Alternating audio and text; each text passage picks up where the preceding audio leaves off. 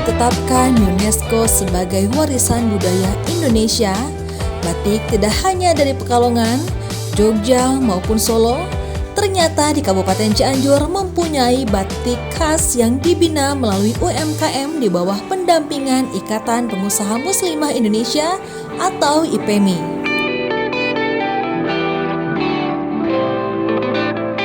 Selain melestarikan budaya lokal dengan batik genturan khas Cianjurnya, para pengrajin maupun pekerja rumah produksi dahlia batik genturan merupakan penyandang difabel. Kreativitas yang dimiliki seseorang dalam melakukan sebuah inovasi memang akan semakin berharga jika kekayaan intelektualnya diakui oleh masyarakat luas. Tak jarang, buah dari kreativitas tersebut mampu membawa pengaruh positif terhadap lingkungan sekitarnya, bahkan bisa mendongkrak perekonomian masyarakat.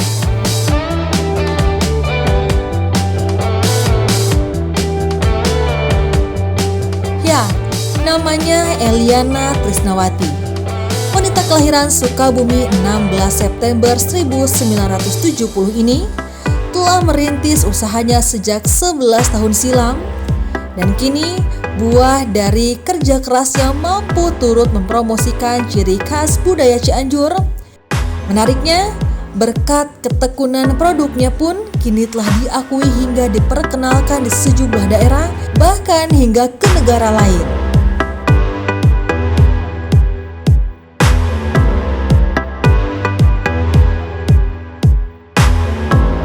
Berlokasi di Jalan Raya Cianjur, Sukabumi, Kampung Cijoho, Kecamatan Warung Kondang, Cianjur, rumah produksi dahlia batik genturan kini sudah mengantongi sertifikat hak cipta dari Kementerian Koperasi dan Kementerian Hukum dan HAM atau Kemenkumham melalui Dinas Koperasi Usaha Kecil, Menengah, Perindustrian dan Perdagangan Kabupaten Cianjur sejak September 2015 lalu.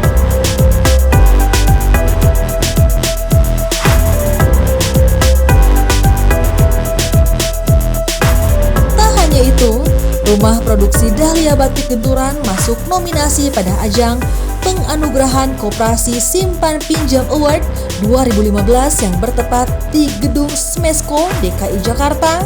Itu artinya karya Eliana cukup diakui di Indonesia.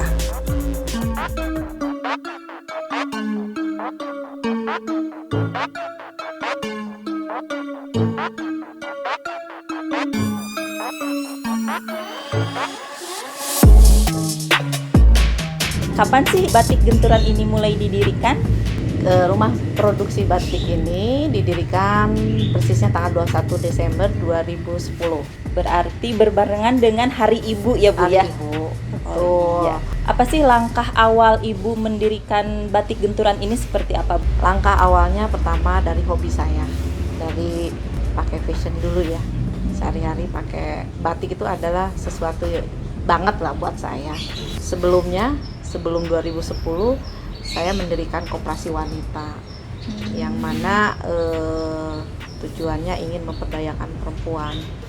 Di situ Ibu terfikirkan ingin juga membuat satu unit usaha, adalah batik itu sendiri, yang mana ada berkaitannya, berkolerasi dengan koperasi, dengan unit usaha juga, yang mana ini adalah bagian saya sebagai generasi penerus bangsa. Maksudnya perempuan ingin memajukan bahwa perempuan di Cianjur khususnya punya juga loh, ada unit usaha batik yang bisa juga kedepannya bisa menjadi satu penghasilan. Seperti itu, Teh. Oh iya. Jadi kegiatan membatik ini murni dari hobi Ibu, tidak ada keturunan atau seperti apa? Tidak ada. Karena memang di batik Cianjur ini memang baru beberapa tahun ya, tidak seperti di pembatik-pembatik di Cirebon, di Jogja, juga di Tasik jauh lebih jauh lah. Kita baru eksis di Cianjur ini sekitar tahun 2008, 29, 2010. Saya mungkin generasi yang kedua lah untuk menggeliat lagi berbatikan di Cianjur ini. Sejauh ini sudah berapa motif batik yang dibuat ya Bu di sini? Untuk motif di rumah produksi batik genturan memang ikon-ikon Cianjur aja yang Ibu diproduksi di sini. Tapi yang lebih jelasnya lagi, alhamdulillah tahun 2017 saya mempunyai hak intelektual haki dari motif dan desain lampu genturan. Itu yang menjadi branding di rumah batik genturan di sini, karena memang motif ini lain dari yang lain, mempunyai ciri khas, tidak seperti batik-batik yang lainnya yang umumnya motif-motifnya itu berupa tanaman dan binatang. Jadi ini lampu hias ini sesuatu yang bisa dijadikan nilai jual dan unik dari batik-batik yang lainnya. Motif-motifnya ada lampu gentur, ada beasan, ada ayam pelungnya juga, ada motif gunung padang. Sekarang ada ditambah lagi kuda kosong, ada badak putih, ada motif tauco, ada beberapa juga yang lain, ornamen istana juga yang Ibu buat di sini, yang memang betul-betul ikon Cianjur, khas lokal Cianjur seperti itu. Kenapa? Karena memang batik itu harus mempunyai ciri khas, mempunyai nilai filosofinya juga, nilai sejarahnya. Nah, di Cianjur ini khususnya di Warung Kondang luar biasa. Nilai-nilai sejarah, nilai-nilai filosofi itu banyak sekali. Dan ini salah satunya motif lampu genturan, motif pandan wangi, beasan, motif ayam pelung, itu sudah merupakan ikon wajib di rumah batik Cianjur, rumah produksi Dahlia Batik Genturan ini. Kenapa? Karena memang kita ini zona tidak jauh dari pengrajin lampu gentur, gudang lumbung beasannya juga, lampu ayam pelungnya juga deket di Bang Bayang di sini. Saya angkat budaya lokal khas Warung Kondang, khususnya juga umumnya di ikon-ikon Cianjur. Oh iya. Jadi untuk motifnya sendiri ini nilai filosofisnya banyak ya Bu. Jadi ada kaitannya dengan tradisi dan budaya lokal dari Kabupaten Cianjur sendiri. Nah, untuk jenis batiknya nih Bu, ada berapa macam nih Bu? Apakah batik cap atau batik tulis atau seperti apa Bu? Nah, di rumah produksi batik Dahlia Genturan ini ada dua kategori ya, batik cap sama batik tulis. Yang mana memang ini adalah batik yang natural, batik yang manual, tidak membuat batik yang printing yang lain-lain. Karena ini satu bagian dari aset budaya juga yang harus kita lestarikan. Seperti itu. Motif-motifnya yang tadi sudah disebutkan, tapi ada beberapa seri yang diangkat di batik Dahlia sendiri. Semisal di motif ayam pelung. Nah, ayam pelung ini ada beberapa seri, ada ayam pelung kasep yang sudah, ada ayam pelung ningrat, ada ayam pelung geget, ada ayam pelung baralak nangkum. Nah, dari 4 seri ini banyak yang disuka itu motif ayam pelung baralak nangkum. Nah, di sini memang kaitannya juga sejarahnya, filosofinya, ayam pelung ini luar biasa. Dari bentuk badan, warna, suara, itu memang ciri khas banget di Cianjur ini. Ya Bu. Ada yang menarik nih Bu dari para pekerja Ibu. Saya melihat pekerja Ibu berbeda dari biasanya nih. Saya katakan pekerja Ibu mungkin para difabel ya Bu ya. Kok bisa sih, maksudnya apa ide Ibu mempekerjakan para difabel ini? Awalnya Ibu memang belajar dari bawah dulu ya, semisal kita teman-teman yang lain seprofesi khususnya di batik perbatikan ini. Tapi lama-kelamaan karena saya mungkin pernah menjadikan menjadi salah satu narasumber kepada masyarakat, saya ketemu dengan para difabelitas yang memang mereka itu bagian dari kita juga. Nah, dari situ Ibu mengajak mereka untuk gabung di rumah produksi batik ini, dan alhamdulillah selama ini Ibu sudah beberapa tahun berjalan. Para difabelitas khususnya yang ada di Cianjur ini Ibu wadahi sekitar ada 30 orang para difabelitas, dan 10 orang ini alhamdulillah sudah bisa mandiri.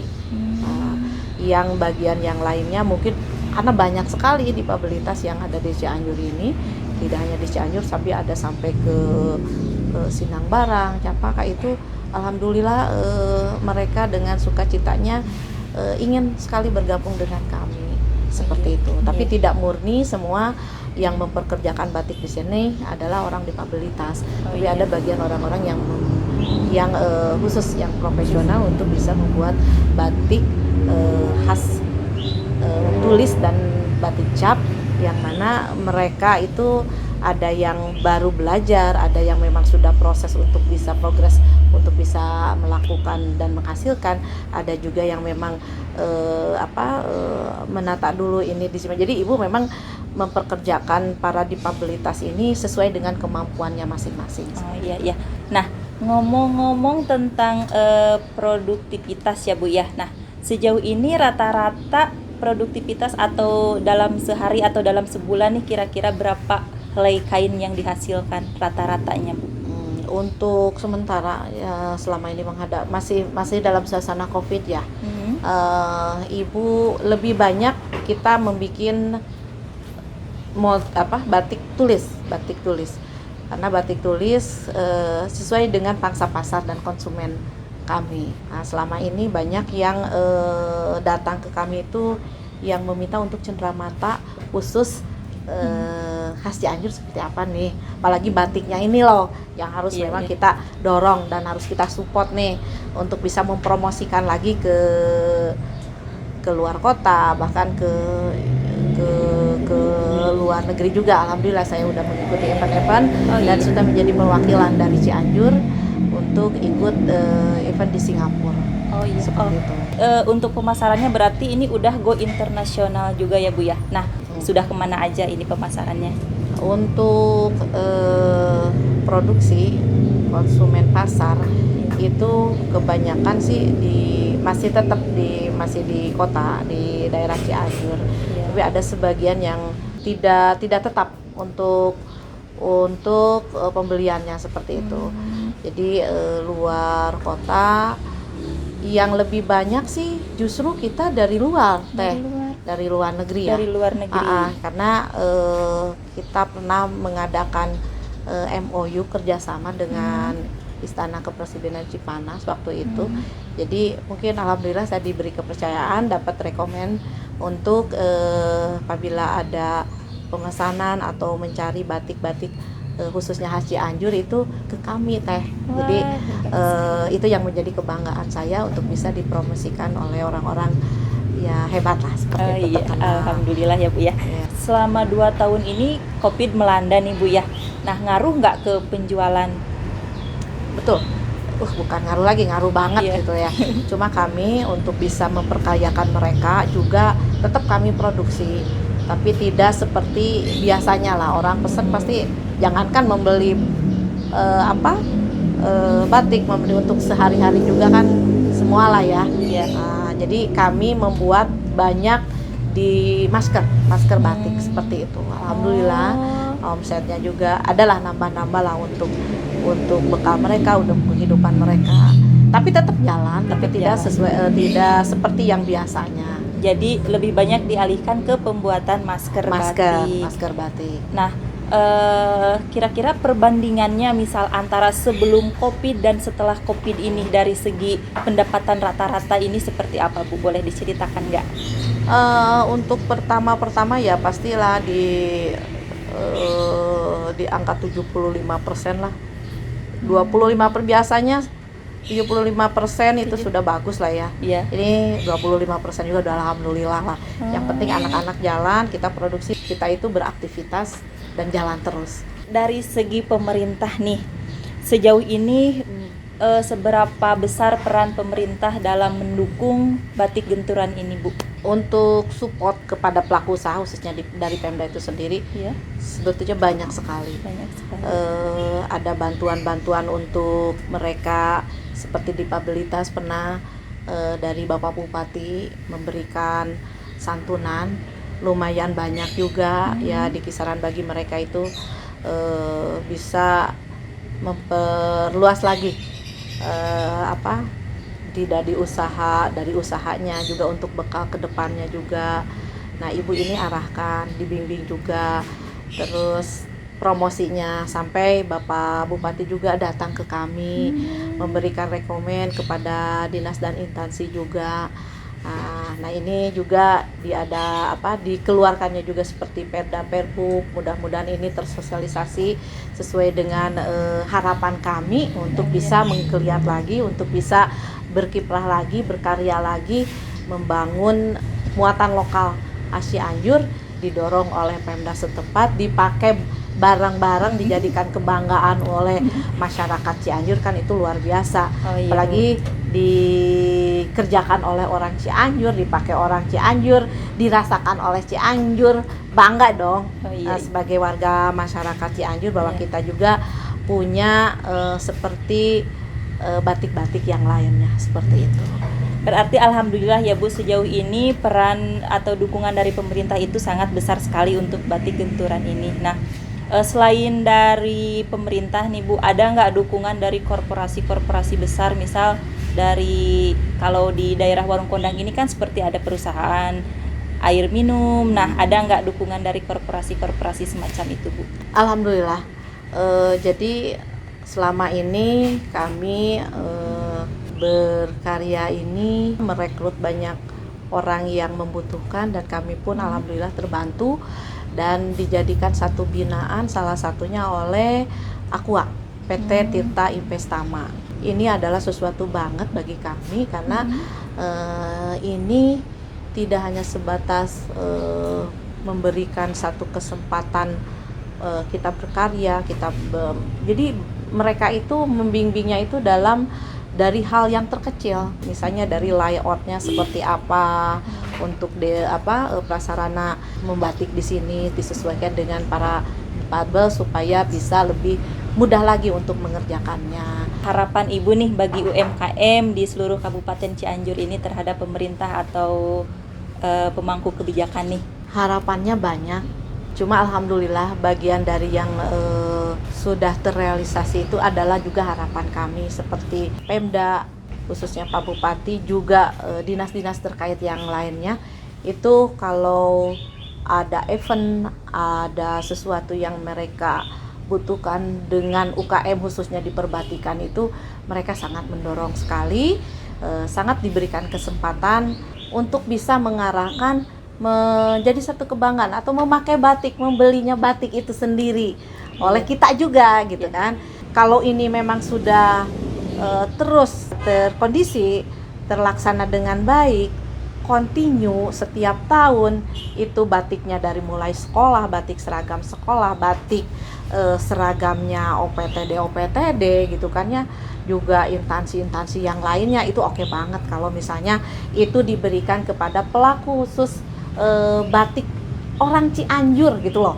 Jadi yang memakainya orang Cianjur, jadi jangan sampai kita yang memakai yang membeli dari batik yang lain, itu yang sangat saya khawatirkan. Harapan saya mudah-mudahan Pemda sekarang juga Pak Bupati yang memangku jabatan di sini, yang punya kewenangan, mudah-mudahan itu bisa menjadi pengarahan bagi kami untuk membeli batiknya itu ke orang Cianjur, ke pelaku usaha batik Cianjur, terutama UKM-UKM-nya tolong terus disupport lagi. Alhamdulillah ini kemarin juga banyak diberikan promosi, diberi ajak dan lain sebagainya. Karena UKM ini tangguh loh. Iya. Dengan iya, segala iya, apapun UKM bisa tetap berjalan, bisa tetap berdiri, bersinergi dengan siapapun. Itu harapan kami. Juga satu, display untuk semua produk itu harusnya ada di satu letak yang strategis, yang orang bisa melihat, orang yang bisa berkunjung itu di satu titik yang memang betul-betul strategis. Nah, inilah bagian dari untuk kita menciptakan bahwa Cianjur ini sudah oke segalanya, cuma tinggal displaynya untuk orang bisa berkunjung, bisa berwisata ke Cianjur, itu tidak susah-susah lagi untuk mencari oleh-oleh Cianjur. Nah, kami di sini bagian dari yang memproduksinya.